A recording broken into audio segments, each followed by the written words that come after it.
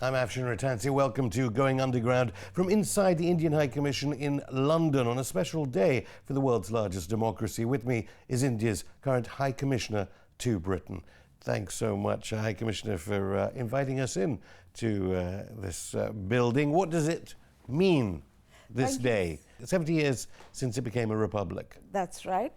And before I say anything else, thank you so much, Afshin, for coming here and giving us this opportunity to speak to you and through you to your audience. It is a very special day for us. It's the 71st Republic Day, 70 years of our republic. India became independent in 1947, August 15, 1947, and we adopted our constitution on 26th of January, 1950. And it is this constitution that we celebrate. It is this formation of our republic, a free, independent republic, democratic. So it took 3 years to untangle itself from Britain.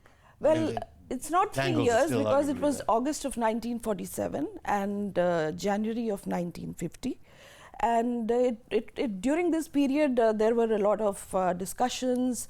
You know, it's a written constitution, it's a long document. So it was adopted on 26 January 1950. I understand you've had to meet the Home Secretary Priti Patel here in Britain over security in this building after it was vandalized back in September. Are you confident you're safe in the building? Well, the building was vandalized on 2 occasions last year. On our Independence Day, celebrations were going on 15th of August. And that day, there was a very violent protest which caused damage to our building. A number of British Indians, including elderly people, women, young children, including a couple of them, I think, in prams, were stuck between hostile crowds, and we had to make a lot of effort to rescue them and get them into the building. So, and thereafter it was repeated again after a few days on the 3rd of September. So when we heard reports of similar attempts or similar efforts being made for Republic Day of India this year, we immediately, of course, thought of our experience of last year. And also last year on the Republic Day, our flag was burnt. So we didn't want to take any chances, and that is why we raised this. I'm really grateful to the Home Secretary that she gave me the opportunity to raise this with her. I must say that we also discussed a number of other issues because India-UK relations are extremely important on multiple facets. And so it was an opportunity to discuss a lot of other things as well.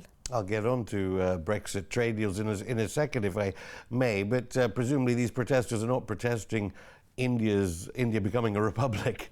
They are protesting Indian policy in Kashmir. That's certainly how you presumably understand. I am not very sure what exactly the protesters in this country, because they come from a certain segment of the population, and I'm not exactly sure what it is that they want to protest, because India is a democracy. India is a vibrant, mature and functioning democracy. We have a parliament which is very active. We have every institution of a democracy, whether it is free media, whether it is human rights institutions that are autonomous at the state or at the national level. We have people who are very conscious and proud of our democratic culture and tradition. So there is, elected governments in India. They change after elections peacefully for the last so many years. So I really don't see what people come here to protest about. You see, you say it's a democracy, but in this week, which also happens to be the 70th anniversary of the Russian liberation of Auschwitz, the Pakistani Prime Minister Imran Khan called your country basically akin to the Nazis. I don't think that such kind of comments should be dignified with a response, because they're certainly completely unrelated to facts. I think the democratic record of India is unquestionable and is absolutely sterling. Compared to, of course, I don't think there is even a comparison to Pakistan. So I really don't wish to comment on the statements that may have been made, and I haven't seen all his statements. So. Well, what about democracy in Kashmir? Because your counterpart here in London, the High Commissioner, told us just the other week or so that India is lying about mass graves, that Kashmir has been under siege, hundreds have been killed in extrajudicial executions. And of course, this is the longest period of time a democracy has had no internet. Well, firstly, to start with, I don't think I want to dignify the wild allegations made by anybody else. So I wouldn't go into those details. But you would deny then? I don't even know where he gets the mass killing. His data and the allegations that he makes, on what basis he's making them. But, there has been a certain change in Jammu and Kashmir. That is a completely internal matter of India. It is starting, I suppose he's referring in some way to the changes that were made to the Indian Constitution, when a purely temporary provision of the Constitution of India was amended or changed by the Parliament of India.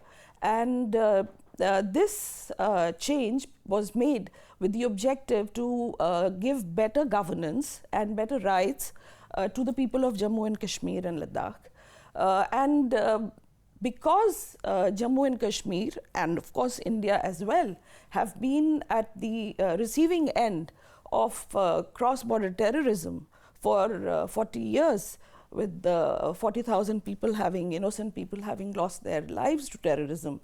There were also credible inputs to indicate that there were going to be attempts made of a similar nature. So certain law and order mechanisms had to be put in place to secure the lives and safety of the people. Now, these measures have been progressively, released or changed over the months, and normal life is, almost everything is there. All essential supplies, all essential services are working. There has never been any shortage of food or medicine, landline, telephones. Even internet is working fully in Jammu and Ladakh and selectively in Kashmir, and progressively. Why selective? Well, because obviously, while Pakistan denies any connection to terrorism, your superpower BRICS partner China rejects absolutely that what India has done is within the legal framework adopted at the United Nations as regards the position of Kashmir. I think the two questions are kind of mixed up. So to come to what India has, the step that India took, it is completely an internal matter of India, and it is completely unrelated to the resolutions passed by the UN Security Council. To start with, the resolution, the first resolution that was passed in 1948. That is before the Constitution of India was adopted. And the change that was made by the Government of India, by the Parliament of India, was made to a provision of the Indian Constitution, which is in Part 21 of the Constitution, which is by itself is temporary provisions. And so this was a temporary provision that was changed by the Government of India. So it has really nothing to do with I think it specifies it's a bilateral issue rather than only India. The issue of Jammu and Kashmir can be called a bilateral issue, because Pakistan is actually in occupation of part of the state of Jammu and Kashmir, which is what actually took India to the Security Council. A lot of people don't realize that it was India that took this matter to the Security Council, asking the UN to get Pakistan to vacate its aggression. So this resolution was passed pursuant to that.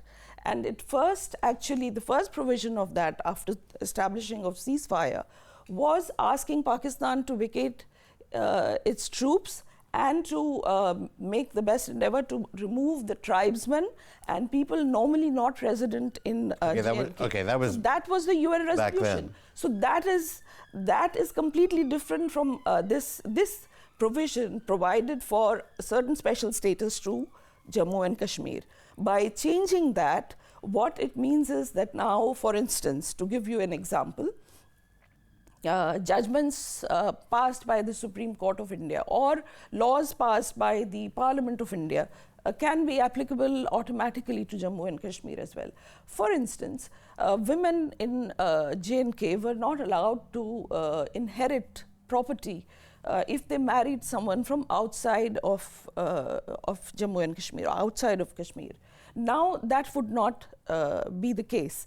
So similarly, the rights of LGBTQ, the economically or socially deprived people, that the laws that may have been passed by the Parliament or judgments made by the Supreme Court of India would now be automatically applicable to Jammu and Kashmir. It's funny you mentioned the Supreme Court, given that already one state, Kerala, has said what the Indian government is doing is illegal, and in fact the Indian government only has a couple of weeks, 4 weeks to respond. Well, I think you have moved to another issue. But let me say this in response to your question, that as a functioning, vibrant and mature democracy, people have a right to question anything that the government may do. And if they while shutting the internet down. Well, if but the problem is the media has no access to be able to verify your claim. You know, over the last several months, I have read so many stories that are, claiming to be originating out of Kashmir, out of Jammu and Kashmir, that I do not know what.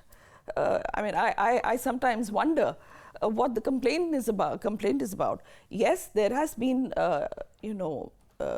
curbs on the internet. And that is because of our experience over the years of the internet being misused by You believe there's a propaganda battle on? It's not just about propaganda. It is used for, operations of which impinge on the safety, security and life of the common people. And so therefore this is a mechanism, this is a measure that is taken by the law and order authorities based on their assessment of the situation. High Commissioner, I'll stop you there. More from the High Commissioner of India after this break. Welcome back. I'm still with the High Commissioner of India to London.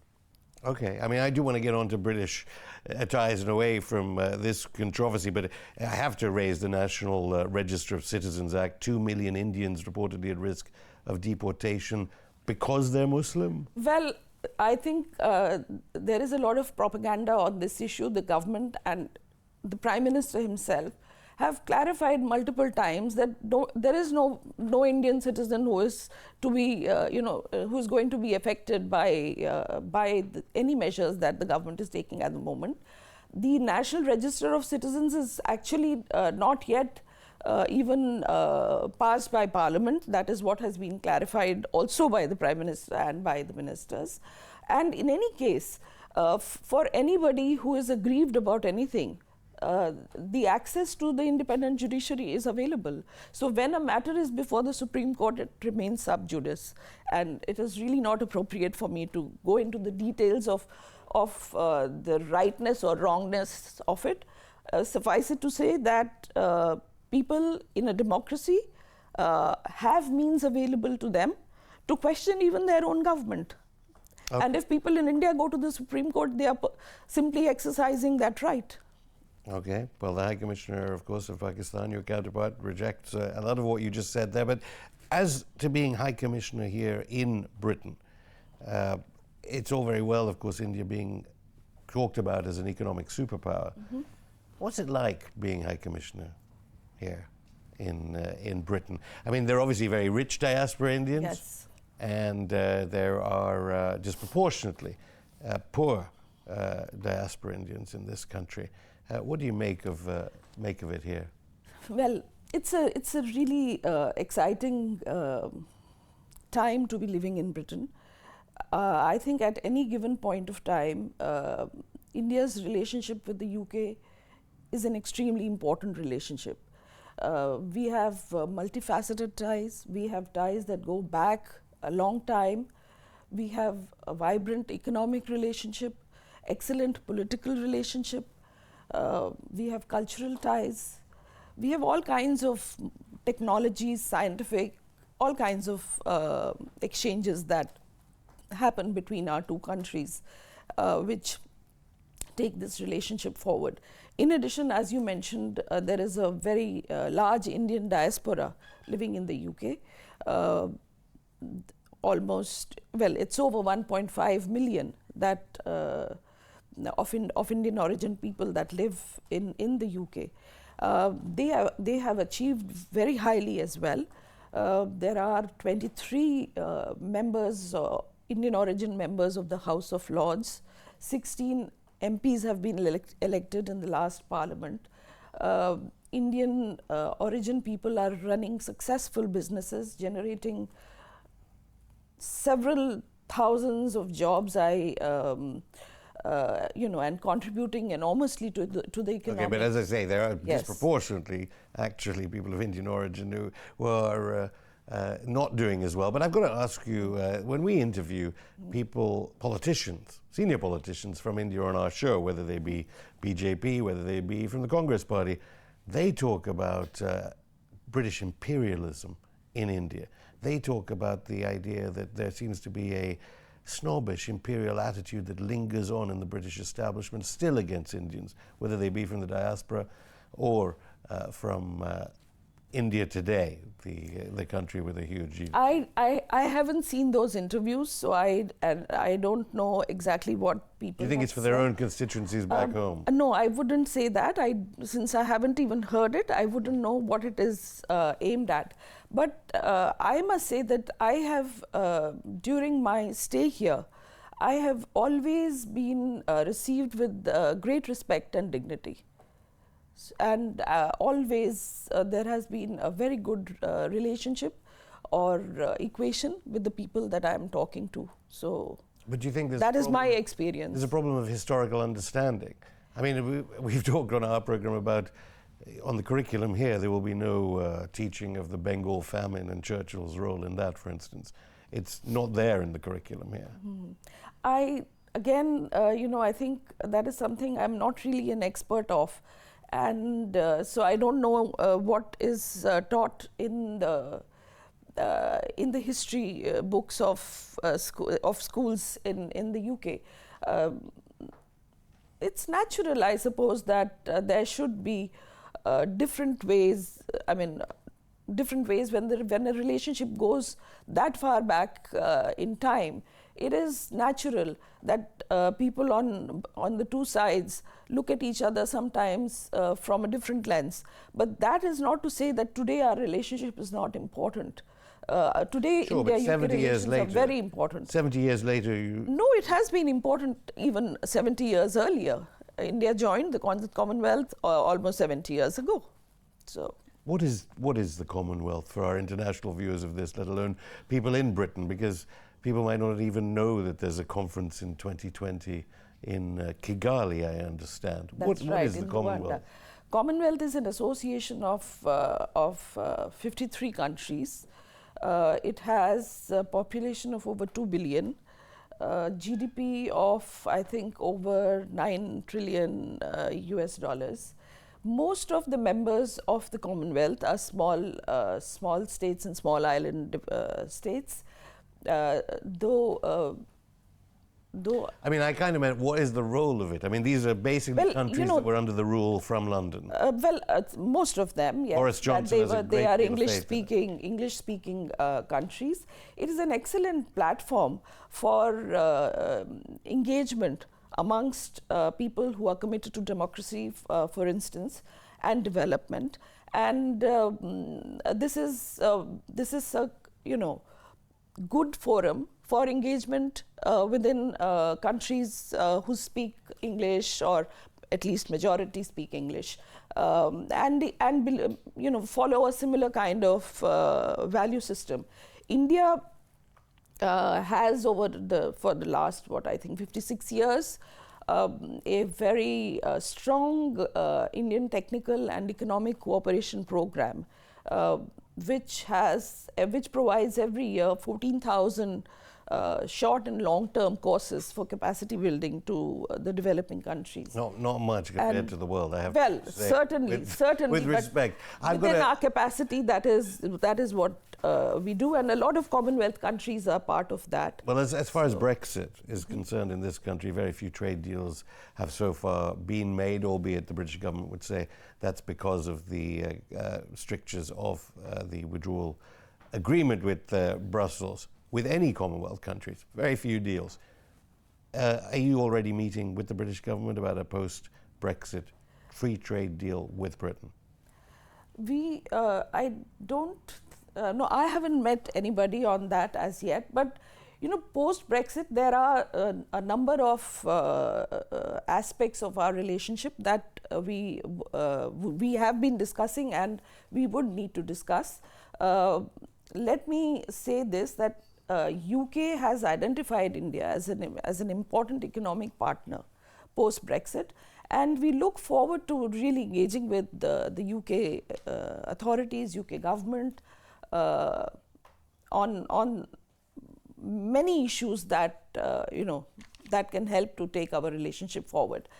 Both our economies are large economies.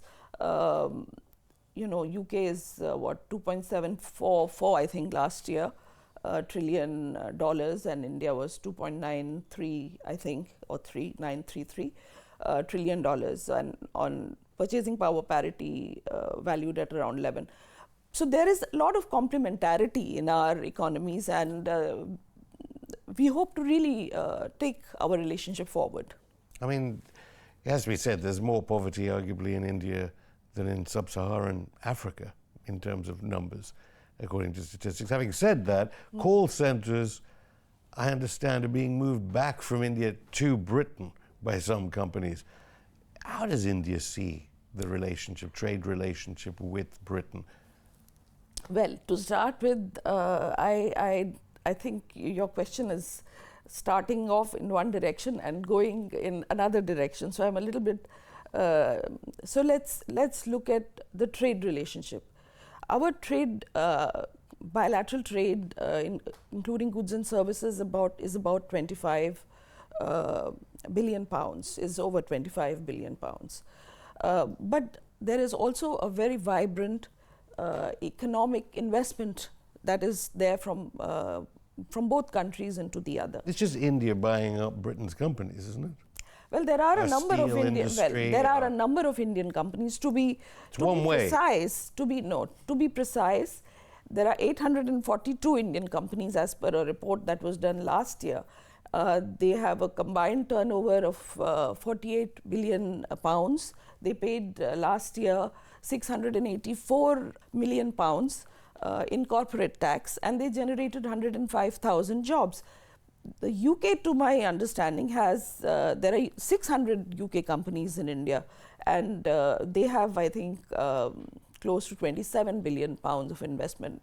But I think what I'm getting at is, given the economic power of India, how are these negotiations going to be fair, given that India can at any point threaten the entire United Kingdom with a massive decrease in an actual decrease in GDP because of Indian investment in this country? I don't think I'm going into that direction, because we haven't even started talking, about the negotiations. But India has a strong hand. Well, so is UK. UK is a P5 country. It is a very strong economic power. To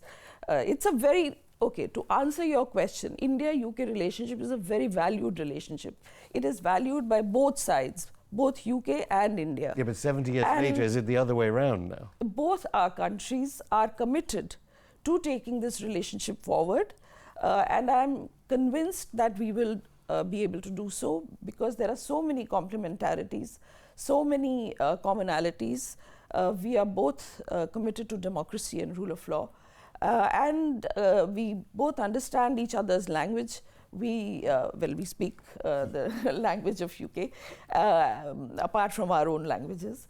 We have similarity of legal structures, so I think people find it easier. So I'm convinced that we will be able to take our relationship forward.